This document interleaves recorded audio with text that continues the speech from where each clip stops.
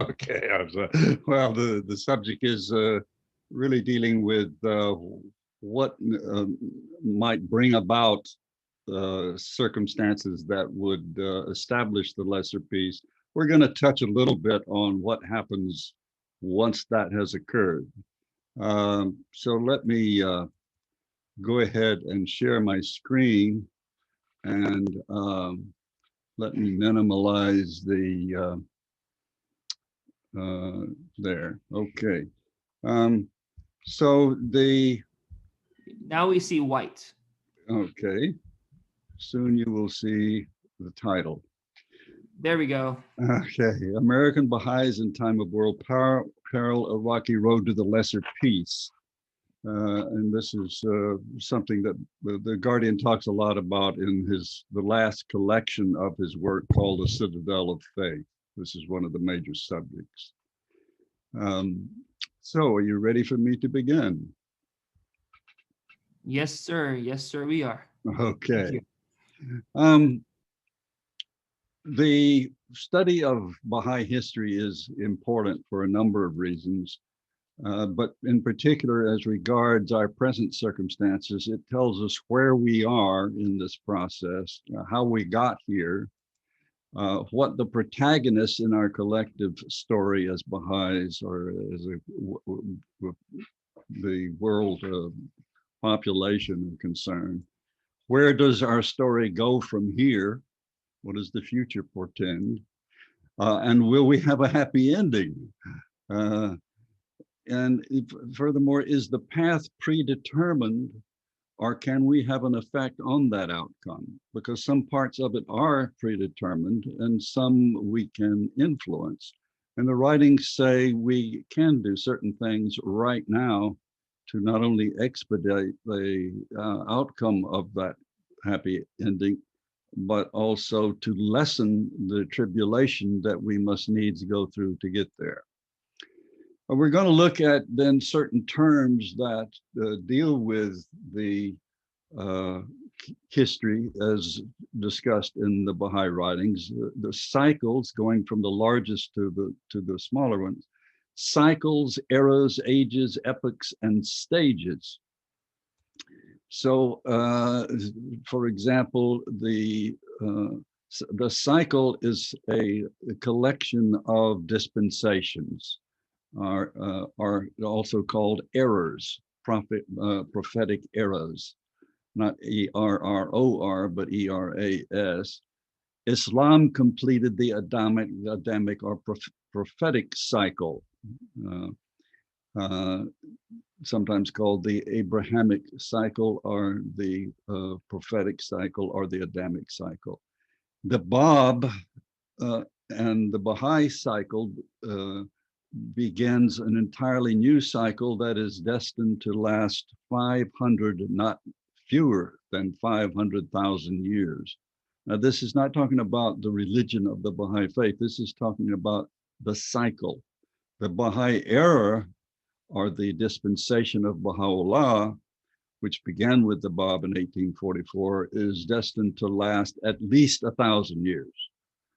Um, so that's important to know because we know that the golden age or the most great peace will have occurred by that point. So we know the more definitively the period of time we're dealing with. The Baha'i era is divided into 3 ages. So we have cycles, then a smaller thing called eras, and then a smaller division of those eras into ages. And so far we've had the heroic age, and then we're presently in the formative age, which will ultimately lead to the third and final age, which is the golden age. And right now we're in the 5th epoch of the formative age, which began in 2001, and we don't know how long this epoch will last. And we don't know when the golden age will begin. But we do know that before we get to that formative age or through the formative age, it is our purpose during this time to establish the lesser peace. Now, the lesser peace will not end the formative age, it will be a part of the formative age because it won't be the final stage. It's an intermediary stage. The stage of establishment is a point where, in the meantime, during the formative age, once a lesser peace is established and you have a secular world government, the Baha'i administrative order will be progressing and developing simultaneously. At some point, the Guardian says, you will have the stage of establishment. And at that point, the Baha'i faith will become the world religion of that secular government. And then finally, you will have the most great peace, which will mark the beginning of the golden age of Baha'u'llah, where the Baha'i administrative order and the secular governance will become one singular global polity. So what does that look like? You have the ages of the dispensation of Baha'u'llah, heroic, the formative, and the golden.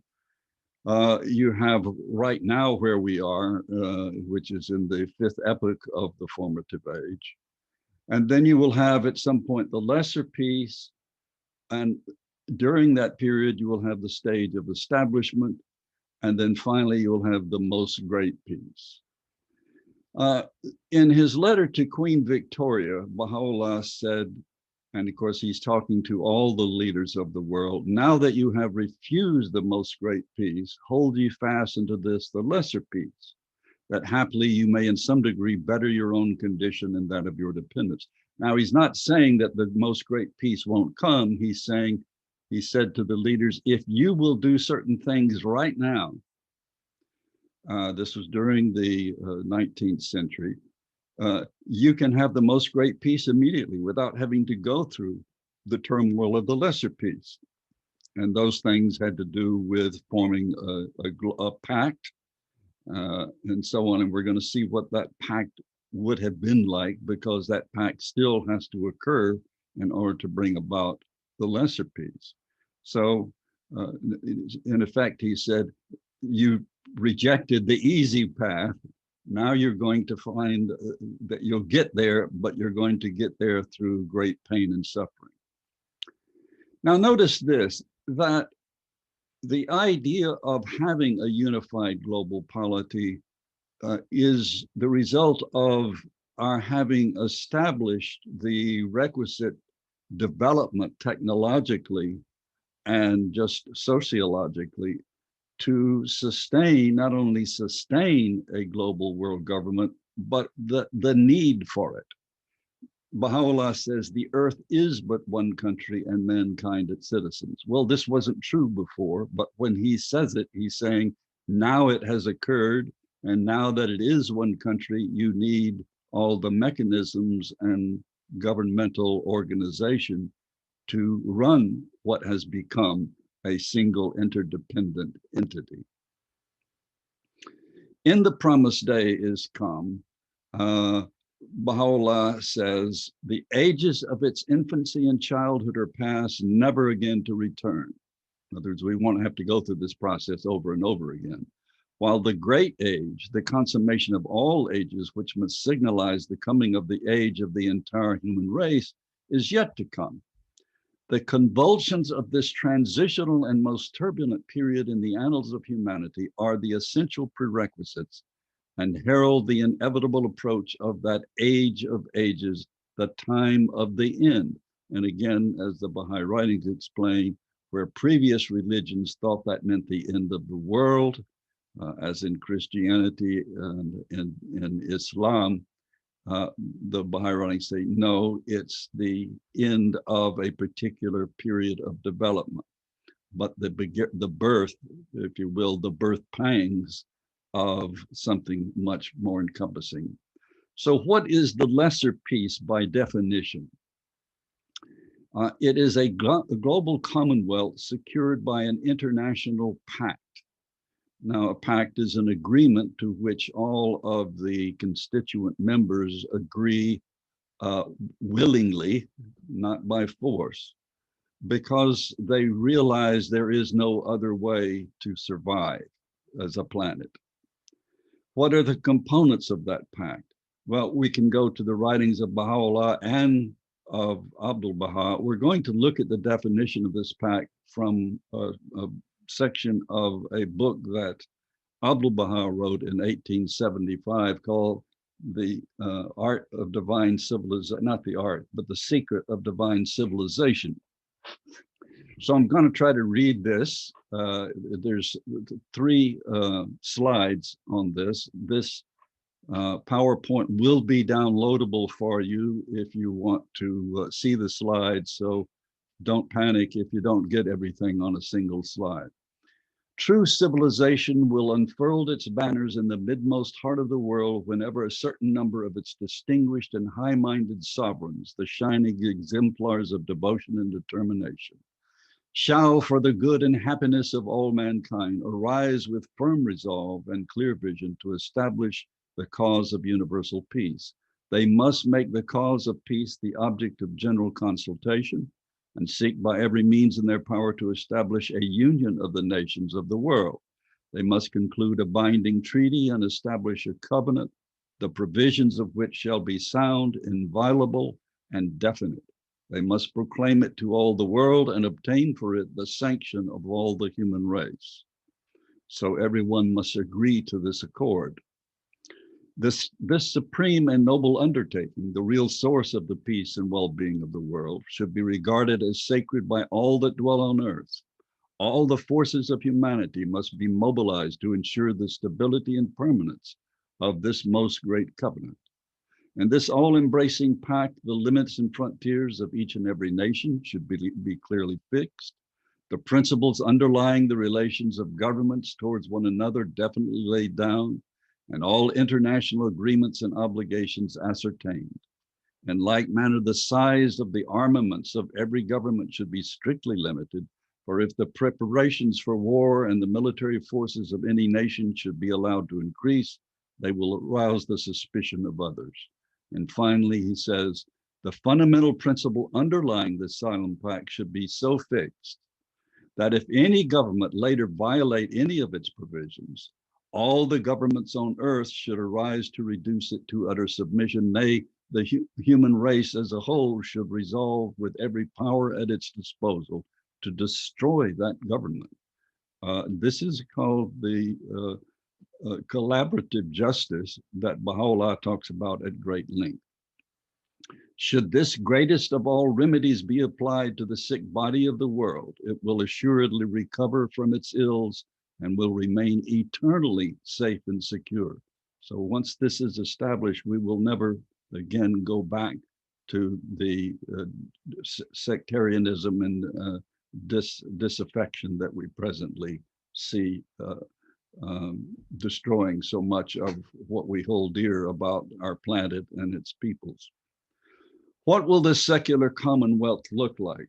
Now, what you'll find is that in the book, The World Order of Baha'u'llah, Shoghi Effendi, the Guardian, talks about this secular government that will occur at some point in the lesser peace. Some people reading that may confuse what he is describing with the government of the most great peace, the Baha'i government, and that's not the case. He says the commonwealth, this commonwealth of the lesser peace, must, as far as we can visualize it, in other words, he's not saying this is what it will be, but he's saying it will probably contain the following parts. Now, this is a chart that I made from the World Order of Baha'u'llah. I think it's on page 202 that he describes these. He doesn't have a chart, but he describes the constituent parts of this secular government: a world legislature, a world executive, a world tribunal, and of course the international force. And this is a force comprised of members from all nations so that one nation won't dominate. So it's very much like the ideal form of the United Nations. In other words, the optimism that accompanied the establishment of the United Nations included most of these constituent parts, it was undermined, or has been so far. It could be revived, but right now it's been undermined by a number of factors that I'll mention later. But one of them is the capacity of the founding members to veto certain things. The stage of establishment, what is that? The stage of establishment I've already mentioned is a stage at which the faith of Baha'u'llah will be recognized by the civil authorities as the state religion, similar to that which Christianity entered in the years following the death of the Emperor Constantine. And that was in, I think, 380 AD, when the Roman emperor succeeding Constantine made the Christian religion the state religion. The world order of Baha'u'llah, the stage of establishment must later be followed by the emergence of the Baha'i state itself. Now, this is eventually, in other words, you will have the emergence or the convergence of the secular state with the Baha'i administrative order, functioning in all religious and civil manners in strict accordance with the laws and ordinance of the Kitab-i-Aqdas, the most holy book, the mother book of the Baha'i revelation, a stage which in the fullness of time will culminate in the establishment of the World Baha'i Commonwealth. What will the Commonwealth of the Most Great Peace look like? So what do we have any indication of what the construction of that entity will be like? Well, Shoghi Effendi says this: the Baha'i Commonwealth of the future, of which this vast administrative order is the sole framework, is both in theory and practice not only unique in the entire history of political institutions, but can find no parallel in the annals of any of the world's recognized religious systems. And he goes on after this. This is from the World Order Baha'u'llah, page 152. If you'll go there at your own leisure, you will find a very lengthy discussion, well, not extremely lengthy, but several pages long, where he talks about how this world order of the Baha'i Commonwealth is distinct from, it has certain components that are similar to those of other types of political structure, and it partakes of some of them, but it's ultimately distinct from any single one of them. And I won't go into that's another talk. So here's what we have at the moment. This is what the Baha'i administrative order looks like. Now, Shoghi Effendi wrote that passage in the World Order Baha'u'llah, I think it was in 1938. So he was talking even back then, before you have all of the components that you have now, such as the Universal House of Justice wasn't elected then. But even as it was still envisioned then, so the blueprint for what you see right here, which is where we are now, and that's probably going to evolve and change over time, but the basic constituent parts will remain the same. Local governments or local House of Justice, an intermediary House of Justice, which we now call the National Spiritual Assemblies, and then a universal House of Justice. Those will be the governing bodies, but what the subsidiary agencies and so on will be, we don't know. But this is, as far as we can know, the closest thing to it. So in other words, the Baha'i concept of election, the Baha'i concept of nonpartisan politics, all of these policies and laws derived from the Kitab-i-Aqdas will be component parts of that final form. And that final form will evolve. But first, we got to establish the lesser peace. So you can't just simply jump to the most great peace, because as we said, we lost that opportunity. What will cause the creation of the pact that will instigate the lesser peace? So we want that pact. That pact is the key to the whole thing. That's the beginning of the lesser peace. So how do you galvanize planetary will to see the necessity of having a global government? As I say, the United Nations was one attempt at that. The League of Nations before that was another, and so on. We'll discuss that in a minute. So again, looking at the heroic age, the formative age, we are past the heroic age. We're in the formative age. We've established the complete administrative order insofar as its major constituent parts are concerned in 1963 with the election of the House of Justice. We now have the institute process, and I've got 2021 because that's the end of the last of 5-year plans of the institute process. It's not the end of the institute process, however. And so that's, I think, a major stage in evolving and preparing the Baha'i community for the lesser peace. So what will galvanize planetary will? The ordeal. Now, what is the ordeal? Well, we mentioned it up front, that humankind on planet Earth must be so chastened by some experience that it will cause both world leaders and the populace in general to say, let's do it. Let's have a world government, no question about it, even though many people already have arrived at that conclusion. This is the passage that John was citing at the beginning, the very opening paragraph of the promised day is come.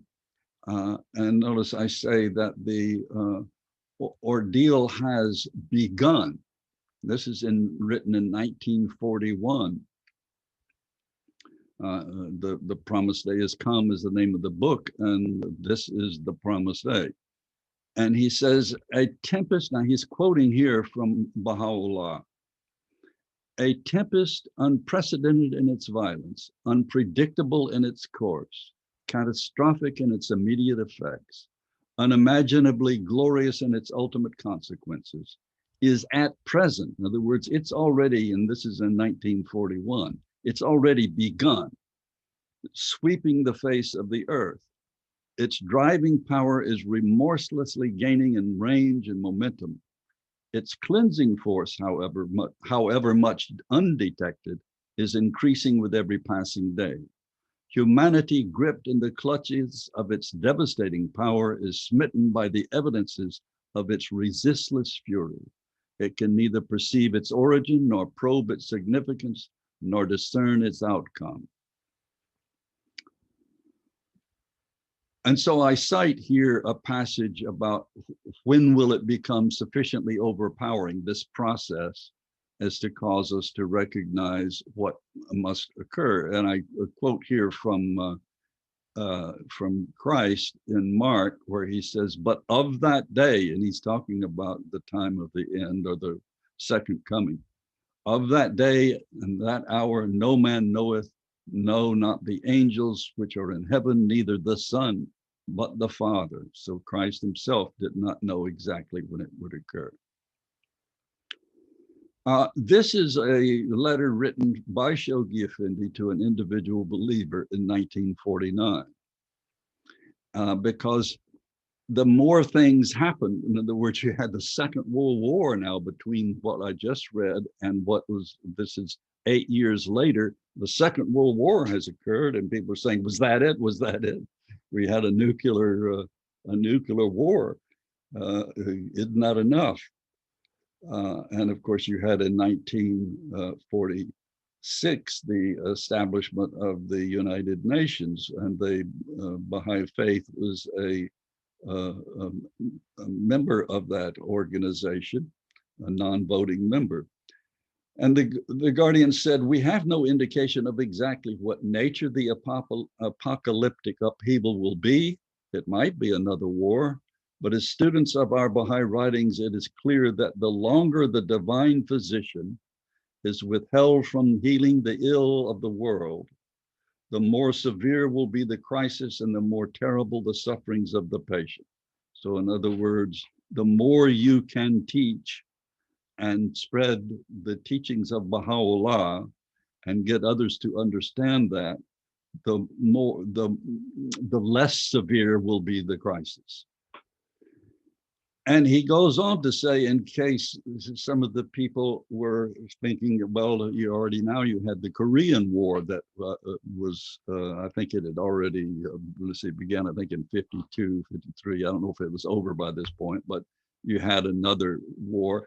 And of course, that war, for those of you who don't remember or weren't alive then, that was a war fought by the UN against the incursion of North Korea on South Korea. Well, that seemed to be a vital expression of that pact, didn't it? Because you had all of these member nations of the UN contributing forces to put down a nation that had incurred invaded the sovereignty of another nation. And the Guardian says the Second World War was a foretaste of what's going to happen. So that's very frightening. Indeed, a foretaste of the devastation which this consuming fire will wreak upon the world, and with which it will lay waste the cities of the nations participating in this tragic world engulfing contest. He calls it a contest, so that implies a war of some sort, has been afforded by the last World War, and that would be the Second World War, making the second stage in the global havoc which humanity, forgetful of its God and heedless of the clear warnings uttered by his appointed messenger for this day, must, alas, inevitably experience. Foretaste, that's a very powerful term in this context. So this was written in July 1954. Then in 1981, during the late 70s and early 80s, the Baha'i community became somewhat obsessed with the calamity because they felt like it was well overdue. And as a result, a lot of the teaching stopped because people felt like, well, the best thing I can do is go to New Zealand or make me some sort of outpost in the woods where I can survive the ordeal. And the House of Justice, you're going to see in a series of comments here, said the following: we are instructed to say that although there is every reason to expect that the world will experience travails and testing as never before, we do not know what form these upheavals will take, when exactly they will come, how severe they will be, nor how long they will last.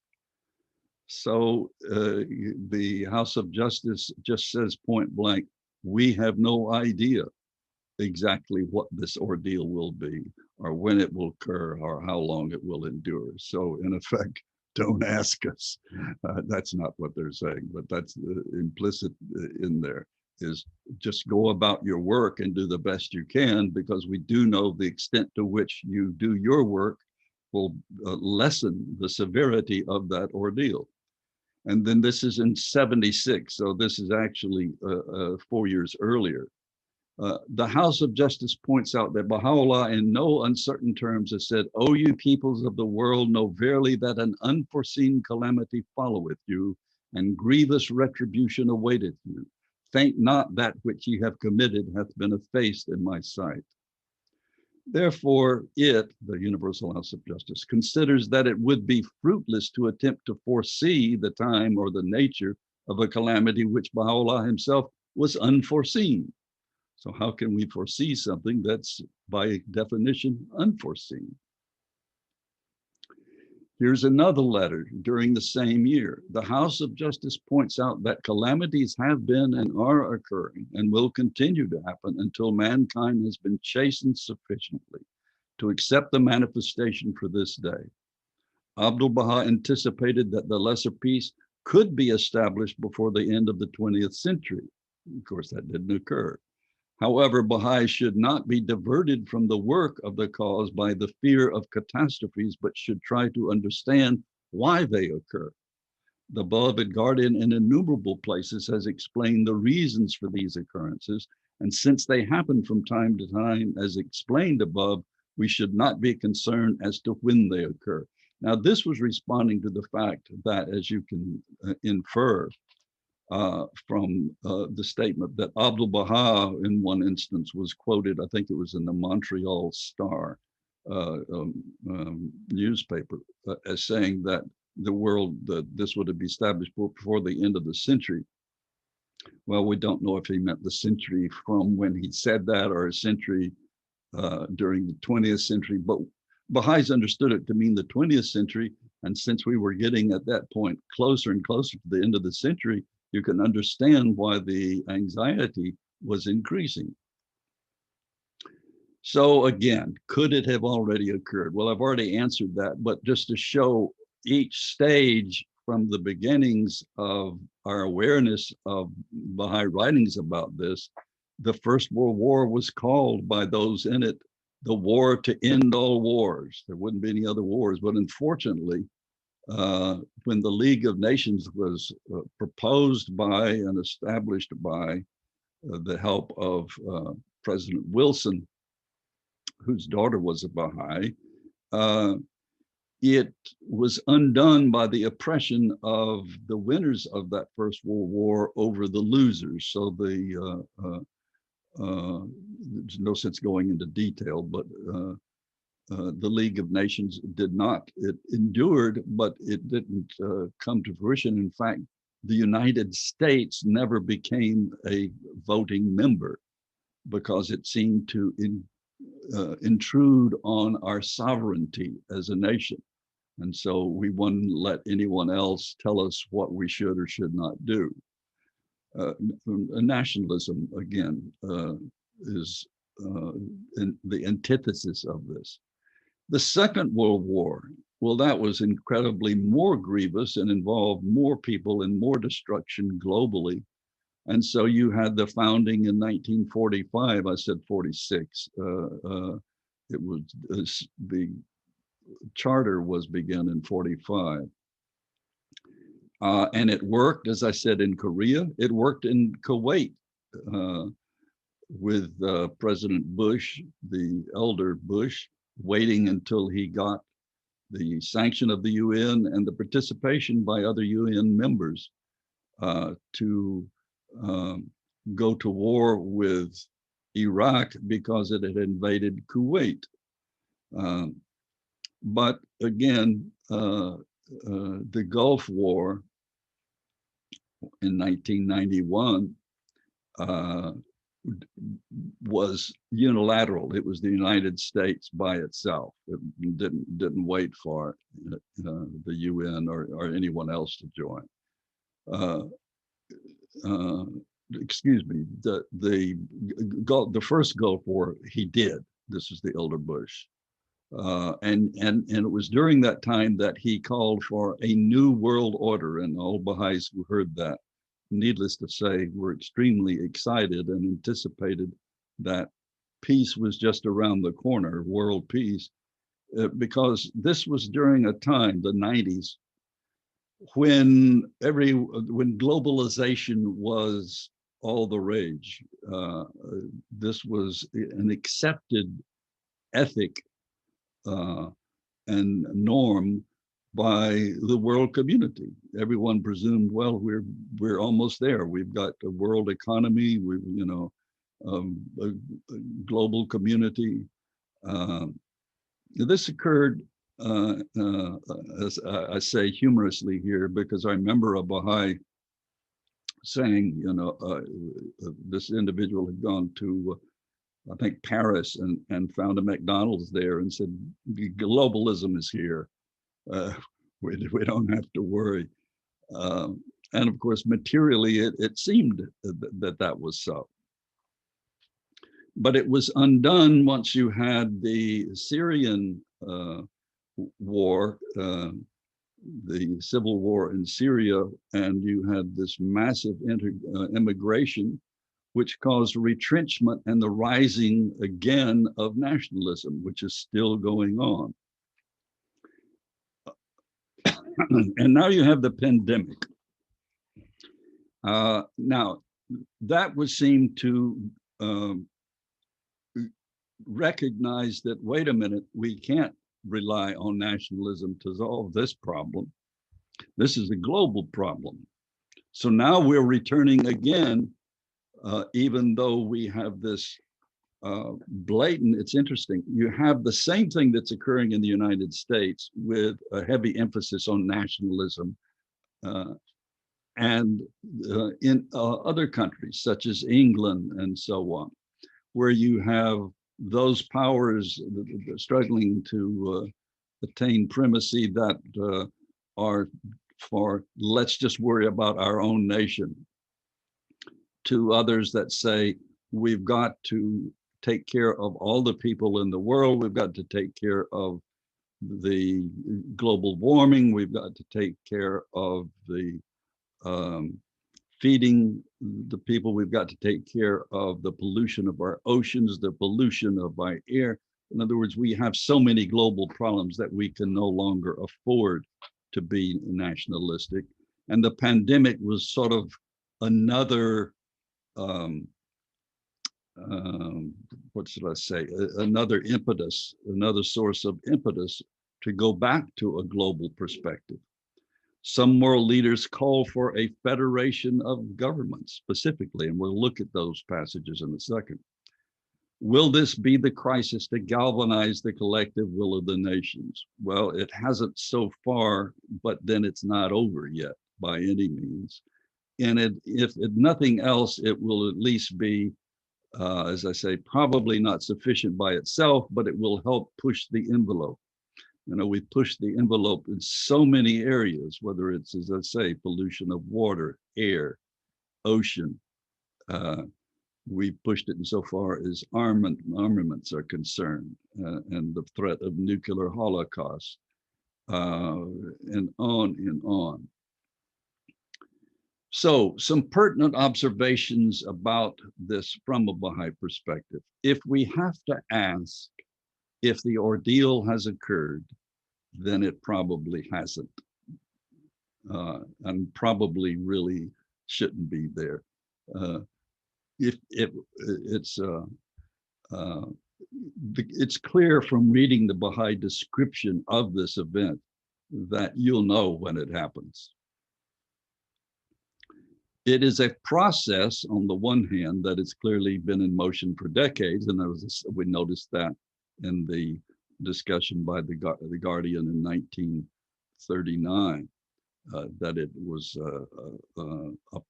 had already begun. Of course, the decline of civilization really began at the turn of the previous century in the early 1900s.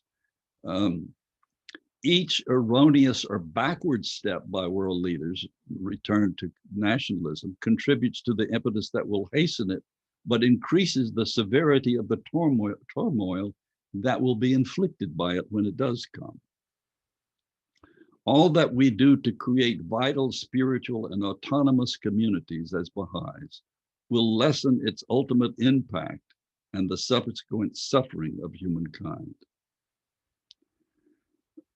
So what is the pandemic contributing? It is unforeseen, so that complies with one of the criterion for the ordeal. It is world engulfing, it complies with that requirement. Its solution clearly requires global collaboration, so that's a very important point of impetus that it contributes. It clearly demonstrates the failings of nationalism, and all those nations that attempt to deal with it nationally and so on have failed miserably. And of course, it's in resurgence now throughout the world. It does not involve the tyranny of one group or nation, and that's something distinct about it. It's not a matter of evil people, it's an unforeseen calamity. It seems to be urging leaders of thought to consider a world federation of governments for both the exigencies of world crises and as the only path to any sort of world justice. And here I'm going to show you three different individuals from totally different backgrounds. Well, not totally different backgrounds, but they're all government or ex-governmental officials who have observed, as a result of the pandemic, the necessity of a global government.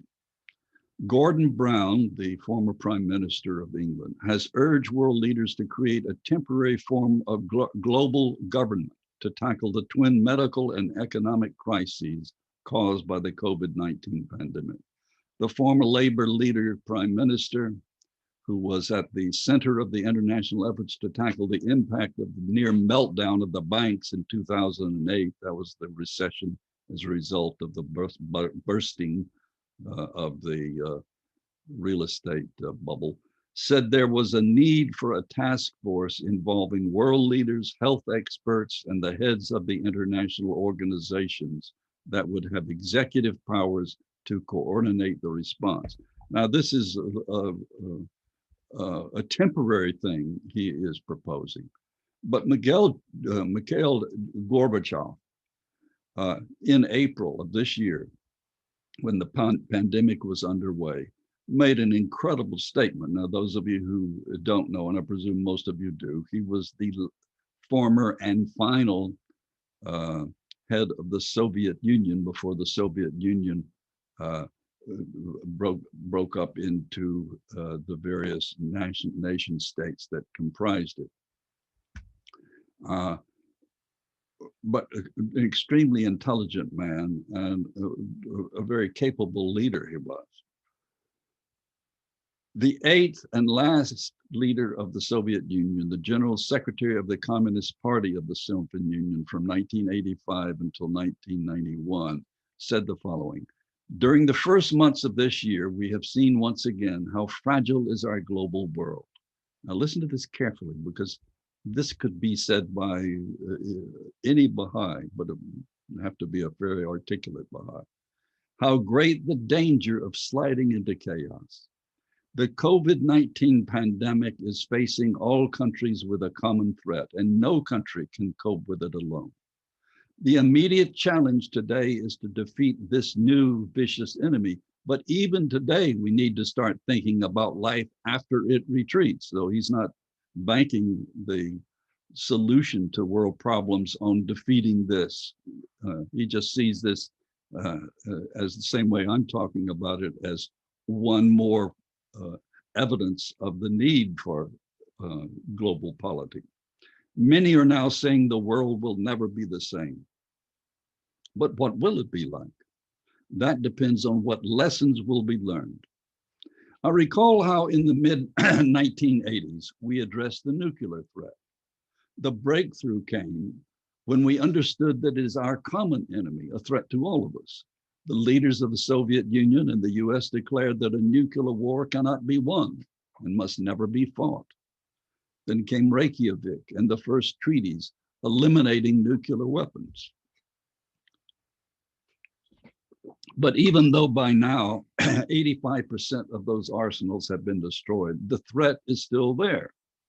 Yet other global challenges remain and have even become more urgent: poverty and inequality, the degradation of environment, the depletion of the earth and the oceans, the migration crisis, and now a grim reminder of another threat: diseases and epidemics that in a global interconnected world can spread with unprecedented speed. The response to this new challenge cannot be purely national, while it is the national governments that now bear the brunt of making difficult choices. Decisions will have to be made by the entire world community. What we urgently need now is a rethinking of the entire concept of security. Even after the end of the Cold War, it has been envisioned mostly in military terms. Over the past few years, all we've been hearing is talk about weapons, missiles, and airstrikes. This year, The world has already been on the brink of clashes that would involve great powers, with serious hostilities in Iran, Iraq, and Syria. And of course, doesn't mention North Korea, which was also and still is a threat. And though the participants eventually stepped back, it was the same dangerous and reckless policy of brinksmanship. Is it not clear by now that wars and arms race cannot solve today's global problems? War is a sign of defeat, a failure of politics. And then he concludes with the following. The overriding goal must be human security, providing food, water, and a clean environment, and caring for people's health. To achieve it, we need to develop strategies, make preparations, plan and create reserves. But all efforts will fail if governments continue to waste money by fueling the arms race.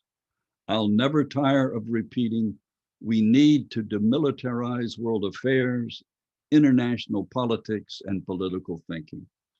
To address this at the highest international level, I am calling on world leaders to convene an emergency special session of the UN General Assembly to be held as soon as the situation is stabilized. It should be about nothing less than revising the entire global agenda. Specifically, I call upon them to cut military spending by 10 to 15%. This is the least they should do now as a first step towards a new consciousness, a new civilization.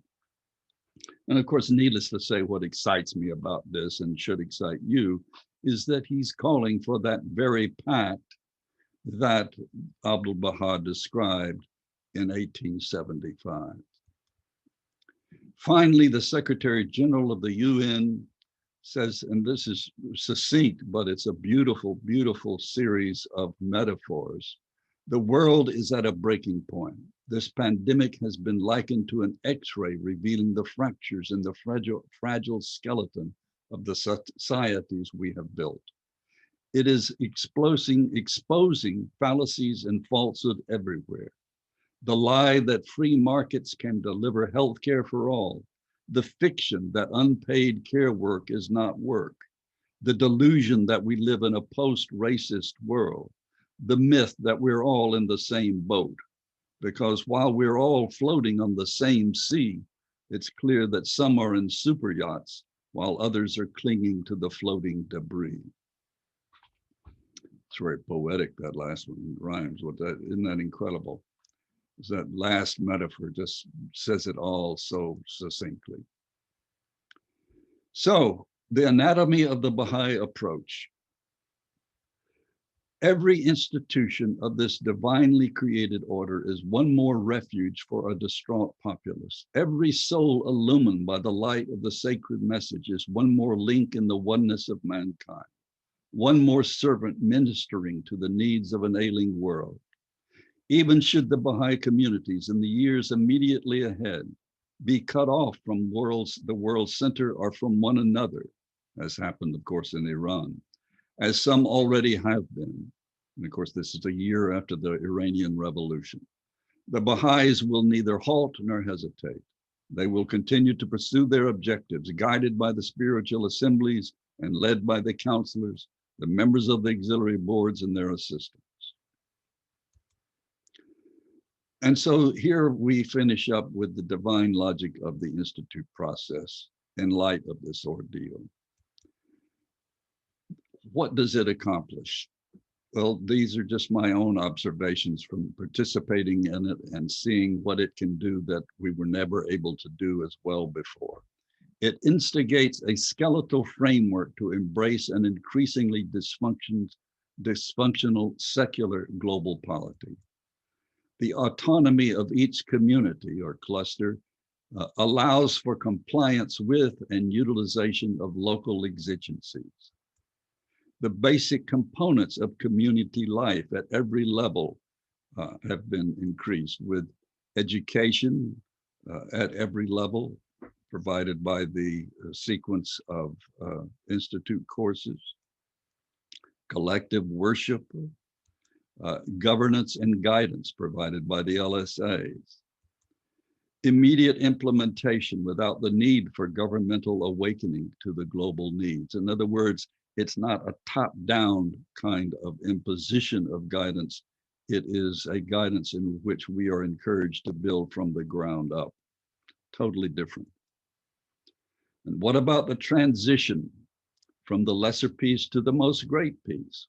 What processes will occur then? Well, we mentioned the stage of establishment as one of those, but that will have to be another talk for another time. Though if you don't want to wait, you can look at two books I've written. One, The Ascent of Society, The Global Imperative in Personal Salvation, and God's Plan for Planet Earth and for Your Neighborhood. Both of these are available on Amazon or through the Publishing Trust. And I discuss that the transition, the stages that are talked about in the writings in those books. And there is the website where you can locate those books and discussions of them. And so that, my friends, is the end of my presentation. Thank you very much. I will stop sharing my screen now, and I will let John take over and convey to me any questions that, if you have questions, put them in the chat, and I will have John read them to me. And if you want to be anonymous, send them to John specifically, and that will secure your anonymity. So, John? Yes, so we have one question at the moment from an anonymous person. It is this question. Is the decline of civilization marked by the widening of gaps between ages, fall of institutions like religious, family, primitive barriers, and lack of morality? So this is a big question, huh? So I want to break it down to one question and then carry it as segments. Is the decline of civilization marked by the widening of gaps between ages, fall of institutions like religious? So, well, I can answer it the way it was phrased. Okay. Those are both causes and effects. I would say the first one, the gaps, the generation gaps and attitudes and norms from one generation to another. I would say that's largely an effect. The decline of family values and so on, also an effect. And you can say they're causative, but again, they are the result of the decline of any unified perspective about what is the essential nature of the human being. And of course, as Baha'is, we start there and say, well, the soul, and therefore we focus on developing spiritual virtues in order to secure our own development spiritually.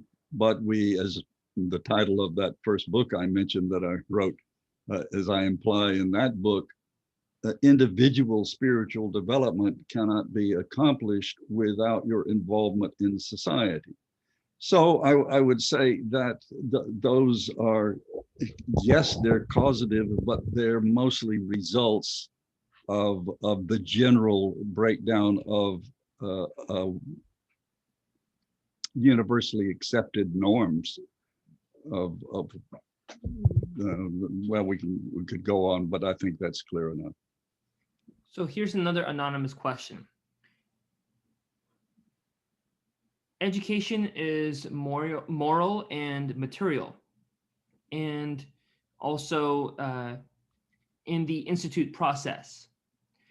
How can Baha'is provide the moral education that's needed?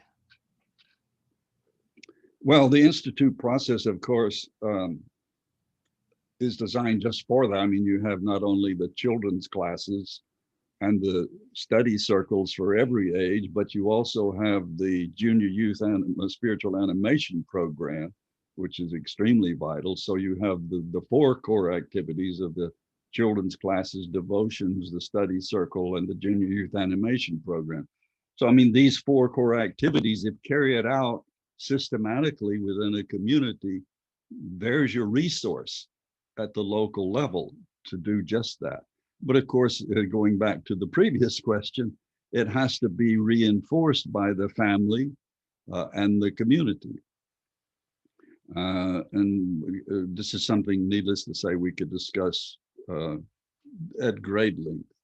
But I think, I mean, that's one of the exciting things about the Institute process is the resources you need for building from the ground up are right there. I remember, and I stated this in one of my books, but I remember going on a plane to a meeting of the regional council that I was serving on at the time, and a man asked me, so, you know, there are two questions, the one you love to hear and one you used to fear. One is, so what is this Baha'i faith? Well, you can describe that fairly easily. It's, we believe in that all the religions are really one religion revealed in progressive and successive stages and so on. The unity of God, the unity of humankind, and so on. But the second question is not so much fun. And so what do you do? Or where is your church? And well, we have, it used to be that you would sort of mumble around. Well, sometimes we have a display at the county fair, or we have a fireside at Mrs. Jones's house. This doesn't sound like a world revitalizing endeavor. But now you can say in every community around the world, we have these four things going on.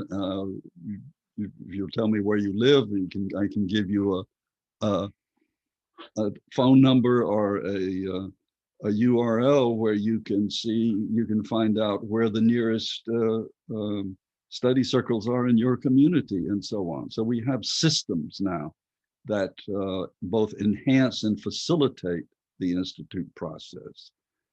So in every community, you will have someone responsible for receiving phone numbers from people who've given their information at the national level on that website, and then the national, I've forgotten the name offhand of the service, but we'll feed that to the individual responsible at the local level, and in a day or two, that individual will be contacted and will be offered courses or just an individual visit or whatever. So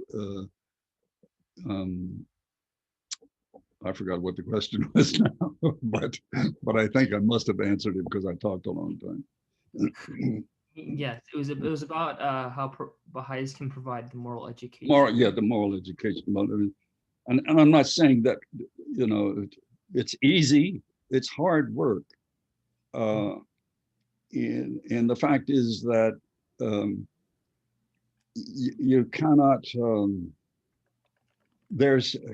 I think most of the initial resistance to the Institute process has dissipated. I hope it has. If it hasn't, then those who resist it will eventually die off. Because 20 years have passed since, I'm sorry, that sounds cruel and ruthless.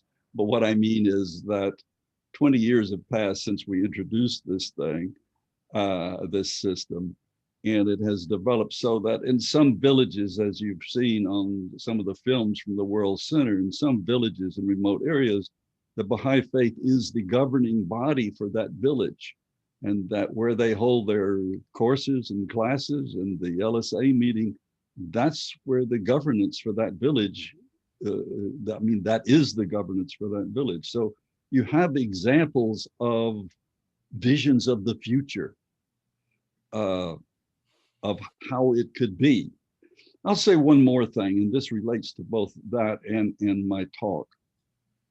I was once asked after I gave a talk, this was, I've mentioned this before, but I was giving a talk in Hollywood, or promoting a book of mine when we used to do that sort of thing. And an individual asked, well, you know, he couldn't conceive of what kind of ordeal would change the hearts of individuals, and I, you know, would stop the materialism and the fascination with, you know, your iPhone and so on. I said, shut off the electricity. Shut off the electricity and see how many days it takes for LA to be in utter chaos. And so at any rate, all you have to do is think of a squirrel getting on the grid and shorting out. And this has happened before, of course. It didn't last terribly long. But if you've ever been without electricity, you realize that the people living in those remote villages who have none are probably going to feel the ordeal a lot less than someone living in the vast, complex matrix of big city life where everything you need seems readily available. And yeah, the idea of the squirrel, that seems very familiar to USF Tampa. The unforeseen squirrel. Yes. I don't think they've gotten rid of that in the past 50 years. I think they're still going through it now. I haven't checked in yet, but squirrels, they are an issue at USF, I'll tell you. And for those who didn't know, Dr. John Hatcher is also a professor emeritus of the University of South Florida in Tampa. It's a very beautiful campus indeed, full of trees and squirrels. So here is. It used to be full of feral cats too, I remember. Yeah, they got rid of the cats. I don't remember seeing cats. So speaking of USF, we have a ex-USF student, aka graduated. Vin, are you able to ask your question? Vin is okay not to be anonymous. Yeah, I was trying to turn my mute off. Sorry. Hi, Dr. Hatcher. How are you? I'm fine, thank you. How are you doing? I'm doing well. I'm doing well myself. My question. Let me pull it up here in a second. In terms of ushering in a new era of galvanizing a movement toward a unified world order, how would you suggest controlling for those rogues and renegades in the equation who would prefer not to play nice, so to speak?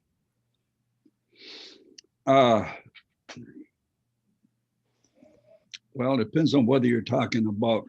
I mean, that's a very broad question because you have renegades at so many levels. All right. Yeah, what level are you talking then? Are you talking individual or national? Well, I mean, I guess national, because you hear about government corruption all the time. Oh, I see what you're saying. I see what you're saying. Yeah, but I mean, individuals question. Make up a government too. Yeah. So I guess individual as well. Yeah, I think that's to put. It sounds very pessimistic and negative, but I think that's why the Baha'is say that whatever this ordeal is will have to be so frightening and so galvanizing that the last thing you'll think of is touting yourself above others or interrupting somebody else. You have this strange thing that happens when peril strikes a community, that people seem to come together and things like that seem to dissipate to the extent they can. So if you're talking about the community level, obviously, in other words, you're going to have stratification in a global community. You're going to have local communities, you're going to have territorial areas of interest and so on. And that's why there are three levels of governance in the society that the Baha'i writings describe: the local, the territorial, or intermediary and the universal. So you will have, as I mentioned, one of the constituents of this world polity will be a global policing force. So that would take care of a rogue nation, because it would be a force of sufficient power, though it would be comprised of uh, contributing members from every nation. So you wouldn't have, in effect, any sort of east, west, or you wouldn't have any sort of distinctive interest that would disable it. So that would take care of it on a national level and take care of it pretty quickly, because if you knew that, and especially if you knew by demonstration that if you do this, you will not notice that the writings that I read up front from Al-Baha doesn't say that they should be punished or you should take away certain privileges from the nation. They should utterly destroy that government, not the people, but the government. So if you do that, if you do it, in the right way, I guarantee you that a nation is not going to kill itself that way. But at the local other levels and so on, most, I think, and this may be naive on my part, but I think most of what you're seeing in the way of, for example,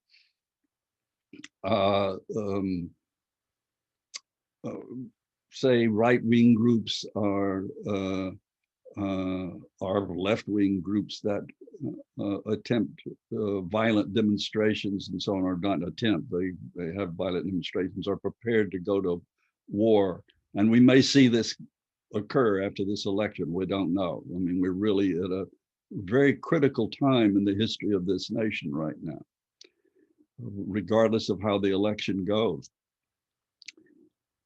Most of those people have grievances. And while some of them just want to make trouble because they got nothing else to do and they're angry, maybe because they didn't have a happy home life, a lot of them are angry for what they perceive to be legitimate reasons. And there are ways of redressing the grievances of people regardless of what their grievances are. If they don't want people telling them what to do or so on, in other words, you create a society that basically responds to the needs that people have. You get rid of the need to rebel against the society as a whole or even parts of it. So I think most violence comes from anger, and most anger comes from some sort of problems that one has incurred. So they come from the family, where you have the rogue individual, or they come from the community where you have the disenfranchised group, or they come from the nation where you have a disenfranchised race, or so on. So all of those have to be dealt with, and all of those concerns are included in the Baha'i writings and in the description of the community that this world polity would include. I hope that helps, but suffice to say, it's a very complex question, but it's certainly understood. It's not, it may sound naive, but in the midst of crisis, it is not. And I think considering the fact that you and I are talking right now via the Baha'i community. Well, the Baha'i community is not a congregational religion. That's important, because if we were a congregational religion, what would we be doing? I don't know. Instead, we're a community-based religion, and so the community is sticking together, and whether hook or crook, we're helping each other, and we're still functioning. We would love to be together physically, but until we can, we've got a way. If the electricity goes, we'll find some other way of seeing to the needs and so on of others. Any other questions? Yes. So we have a question, two-part, very important from Clearwater. It's a very deep question, and I think you may take interest in this as well very much. Now, here's a two-part question. If the Baha'i religion has the prophecies of coming calamities and solutions, as well as a blueprint for a future society, and the methodology for transitioning to this new world order, why is it that we cannot convince Baha'is not to engage in partisan politics?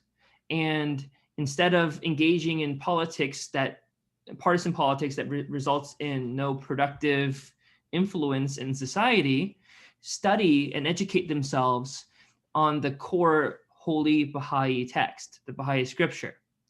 And the second part of the question, why can we not create this futuristic Baha'i community to be the example of the world that is currently failing, that it could turn to, the example it can turn to? Gotcha. All right. Well, in case I forget the second question, you remember it so you can remind me. But all right, the first question again, remind me. Yes. So the first part is, since the Baha'i faith, we believe, has a Gotcha. I remember. Okay. Society. Okay. Yeah, the answer to the first question is very simply this. Baha'is are, and this is kind of a silly thing to say, but Baha'is are misfits. For the most part, we're misfits in that we have discovered something unusual that most people aren't aware of, that we find comforting, but because we didn't find we weren't satisfied with the norm, with what was going on. So I don't mean we're misfit in a bad way. We're independent, largely. As individuals, we think for ourselves, and I don't mean that in a braggadocio kind of way. I just mean that in order to become a Baha'i, which is unusual, it's a strange sounding name and so on, number one, you have to know what you're doing and why you're doing it, and be willing to answer questions about what is that and why are you that, and so on. So the majority of Baha'is are very thoughtful about why they're Baha'is and what that means. However, you have an incredible array of learning and depth among all those Baha'is. So you have some who are nominally Baha'is because their parents were Baha'is. You have those who suddenly found it and are in love with it dearly and cherish it. And you have those who are very articulate about it and so on. So you have a vast array of people. But the very thing that makes someone attracted to something different is also the thing which would make them resist being told, don't express yourself on this particular issue because it'll be more detrimental than helpful. And so one of the things Baha'is are told is, we do not become involved in partisan politics. Now, there's a whole discussion behind that, and the discussion has to do with the fact that in the future and presently in Baha'i administration, Baha'i elections are sacrosanct. There is no nomination, there is no politicking, there are no parties. It's a plurality vote. The Baha'i organization administration is structured such that it is literally impossible to try to attain power in the Baha'i faith. And I can discuss that with you for a long time if you want, why that is so. But the Baha'u'llah has structured it so that the desire for power will get you ashes, or it'll get you anonymity at if nothing else. I can simply underscore that by saying, name me more than 2 people on the House of Justice. That's the highest organization in the Baha'i world. And yet nobody knows who they are because they do their work anonymously and as a group, and there are no individuals of power in the Baha'i faith. So we are told don't become involved in partisan politics because the values you have insofar as Baha'i elections should be the same values you have in secular society. And that is, you don't try to tell someone else how to vote.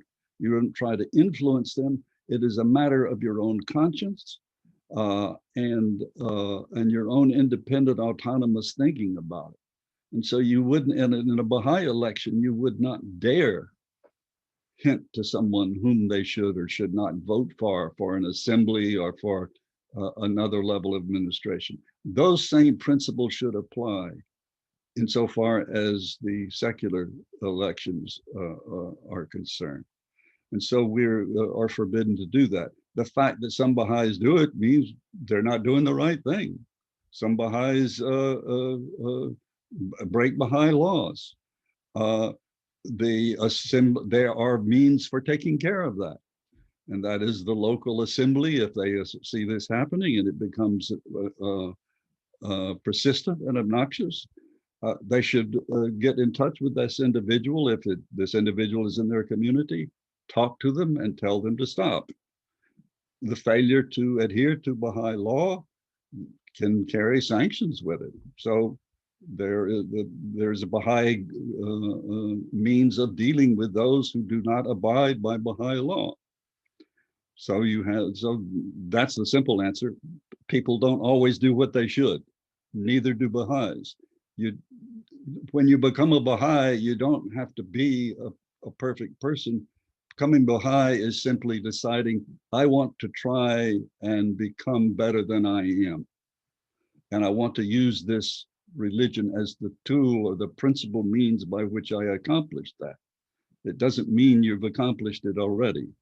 And so people very innocently have a visceral reaction to very visceral things that are happening. How can you not react? Well, it's hard. It's hard in the same way that you're not supposed to strike another person. But what if someone strikes you or someone strikes your husband or wife or something? So it's not easy. The second question was what? Yes. So the second part, the same person preludes, the prelude of the question was, Muhammad said that the person who is eating a date cannot forbid it to others. Others cannot be forbidden that date if you're the one who's eating it as well. And Abdul Baha said, you can only succeed if you practice the Baha'i ethics yourself. This question, why can't we create this futuristic Baha'i community that is to be the example for the world that is currently failing? That's exactly what the Institute process is attempting to do. But as I say, what the House of Justice realized, I presume, I wasn't present when they decided to do the Institute process, was that you can't legislate morality from the top down. It just doesn't work because you've got to have a method, number one. And you can't coerce people to be good. They've got to desire it. And so it has to blossom, if you will, from the ground level up. And so that's precisely what the Institute process is doing. It's saying, let's create exemplary communities. And these aren't meant to be just Baha'i communities. As anyone knows who knows anything about the Institute process, is to include development of spiritual communities, including those who aren't Baha'is and assisting those who aren't Baha'is. So that's the first building block of social order is the neighborhood, the community. It's always been so. It will always be so.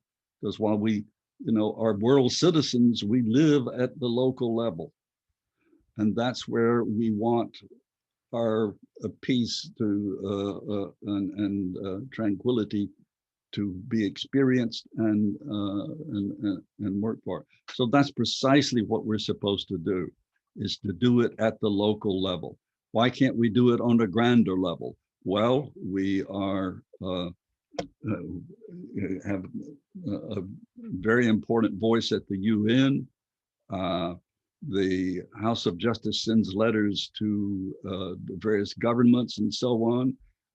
The Baha'i Center in the Holy Land is an incredible expression of beauty, unity, and power of a spiritual kind. The Baha'i organization itself is exemplary as well. So, but at both the local level and the grander level, we're trying to do that as best we can. But we're spread out, you know, so it's not something you. I'll put it this way: the more degraded our communities become in the secular level, the more outstanding will be the example of the Baha'i neighborhood and the Baha'i community. And you see, that's why you see it spread so rapidly and quickly in impoverished nations, because there is no other order around. We have order in say America or Florence on. We may not like it very much, but it's, you know, you have an electric system, a water system, a community council, and so on.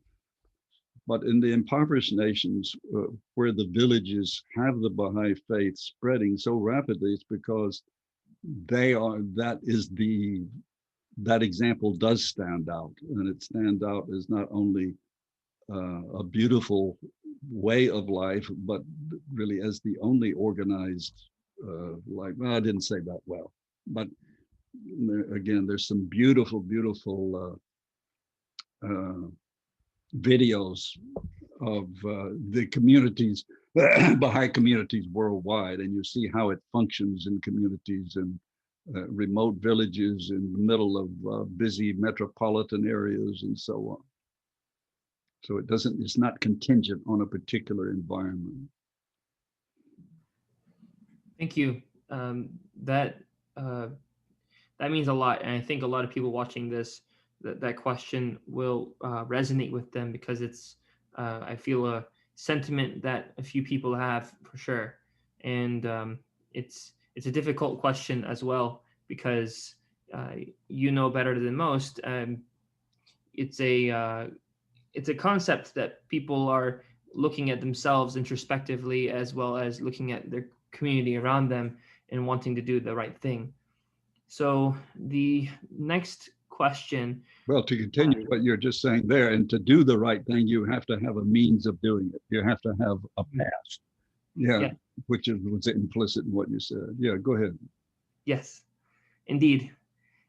This question is from Ali Khajavi. I don't know what community he's from, but I'll tell you the question. So here we go. The question is, when I read Shoghi Effendi writing sometimes, I sense the Third World War is inevitable. What are your thoughts about it? Thanks. I would like to add that it's a question I actually can say that I also have, having read Priceless Pearl, where Ria Khanum cites Shoghi Effendi and the use of nuclear armaments, that if it were to come to that point, there's no doubt they would be used. It's a interesting subject, and what is your gleanings on this subject? I have read nothing more than what you have, and it's stated in Priceless Pearl, where he doesn't say yes there will be, but he says it's likely that the calamity will involve a third world war. Of course, any war will be a world war, because if there is a war and a nation is threatened, it will use the best weapons it has, and if they're nuclear, then it pollutes. It affects the entire world. I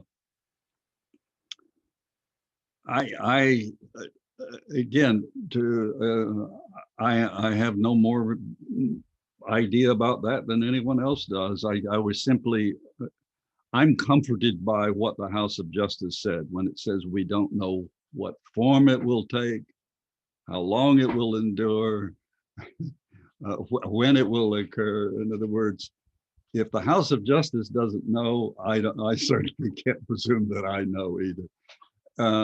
And I don't know that, then I don't think the Guardian knew. Well, it's intriguing because it uses the word unforeseen. So the word foreseen, we know that there's ingredients there, and it's very it's not just hindsight's 2020. It's looking at it, you see that it's foreseeable that such an action will occur. Say you have a wet floor, someone slips on the wet floor, that's foreseeable.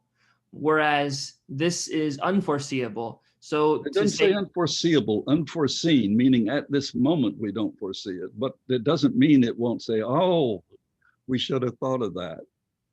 I don't know what you're saying. I understand what you're saying, and it's interesting. because it seems to mean that the mechanism to deal with that problem when it comes isn't there. So when that problem comes and the mechanism is not there, people will see the clear need for the mechanism, which is a world system to deal with world problems. And you know, something I've said when I've answered this question in other forums is that there's a kind of domino effect that could occur. And that is many of the multitude of problems we just mentioned, and that is pollution of air, pollution of oceans, natural resources, destruction of natural resources, lack of housing, lack of, you know,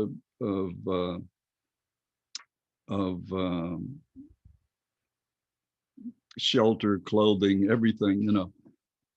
All of these we've pushed to the limit so that, you know, we have scientists say, if we don't do thus and so by this date, then this damage will be permanent or unrecoverable, you know, irreparable. So one scenario that seems the most likely is that just one collapsing, you know, that all of them collapsing at once, all of these, the envelopes having been pushed so that any one of them could cause the ultimate outcome of them all. As I say, to me, the simplest answer is electricity.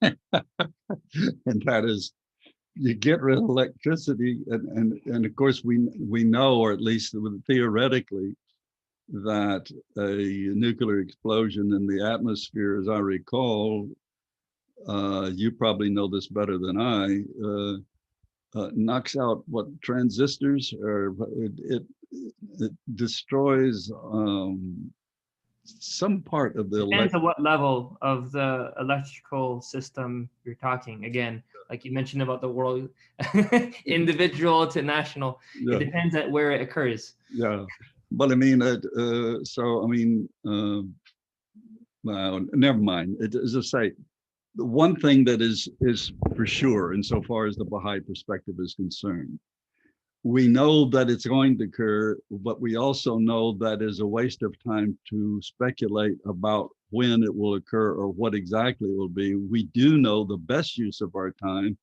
is to create these communities as models, as the question, the person giving the question a few minutes ago said, what can we do to exemplify in real time the value of the Baha'i faith and the Baha'i teachings, and that's the community life.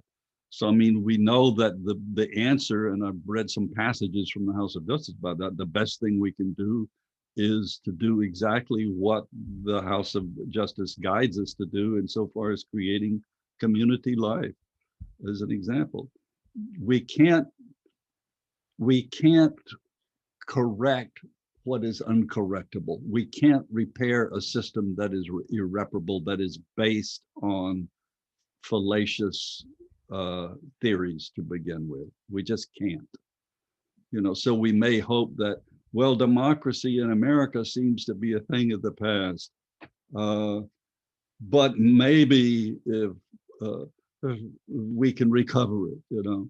Well, I don't know whether recover it temporarily or not, but I do know that it's not a system sufficient to help the entire world, because not the entire world has the American system. So even if the American system as it is corrects itself better, or so on. It doesn't mean that that globally that, I mean, you've got, as I'm sure you know, if you read the news or listen to the news or watch the news, that you have rebellions and attempts to you're redoing the constitution in, where is it, Venezuela or Bolivia?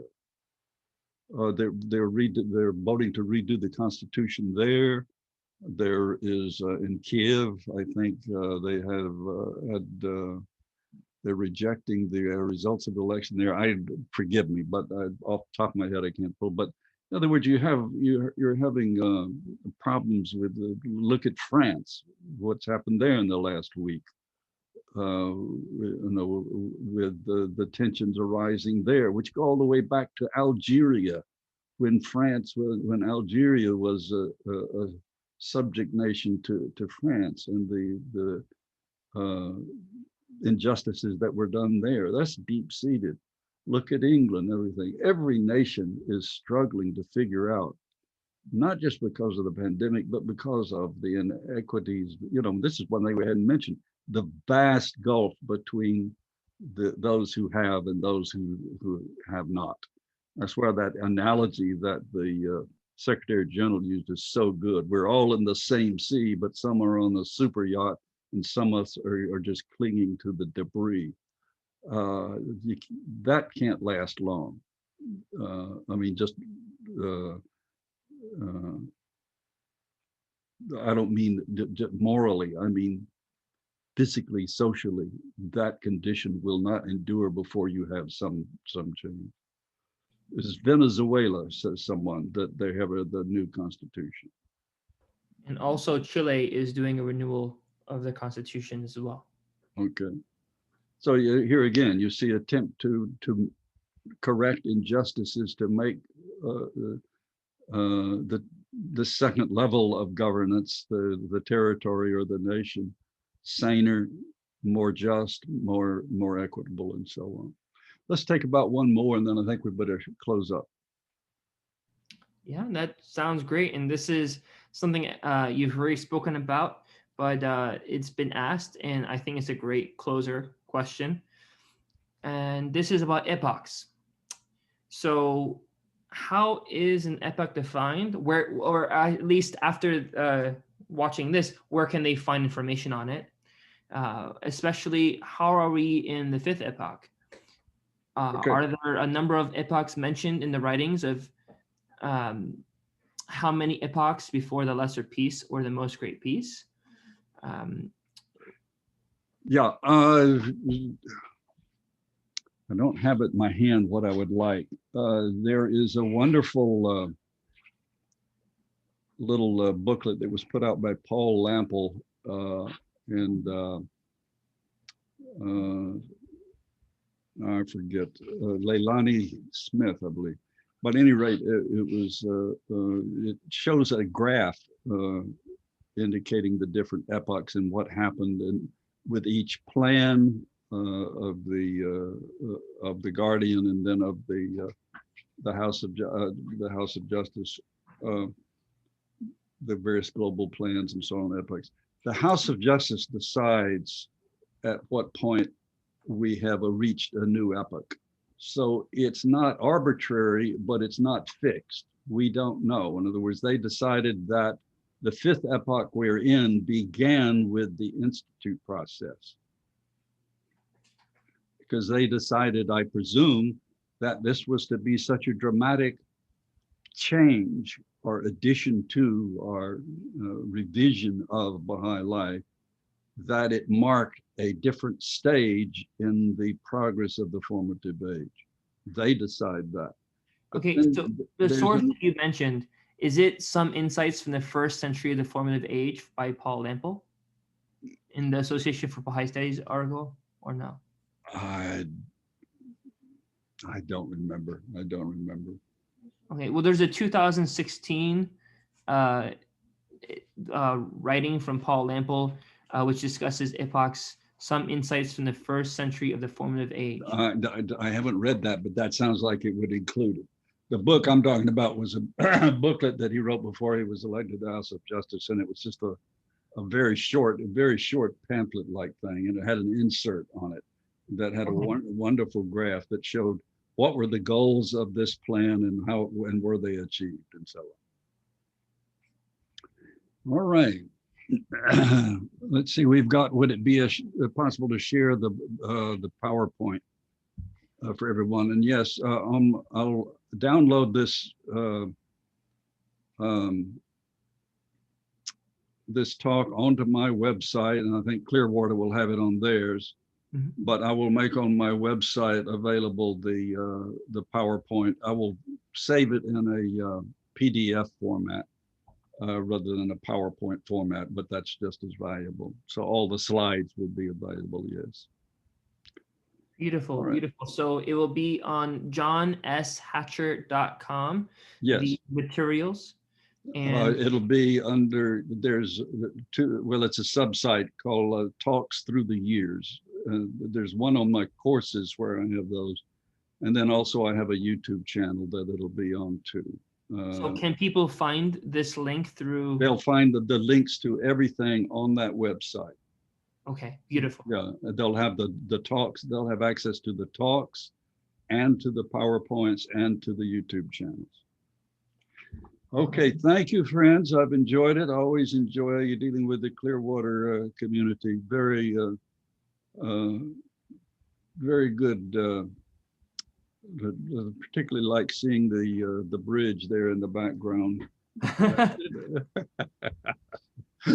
Well, you have to like the Sunshine Skyway. It's like one of the longest underrated bridges you can ever have. I'm not sure if you can see it right Yes, there. I see it. I can't see the little strand so well. Oh, I think, well, hold it. I think someone's about to jump off. There they go. Uh-oh. Well, so goes it. All right, friends. I will leave now, and my best to everyone. Thank you, John. Thank you. Aloha, Pa. Aloha, Diane. Good to see you.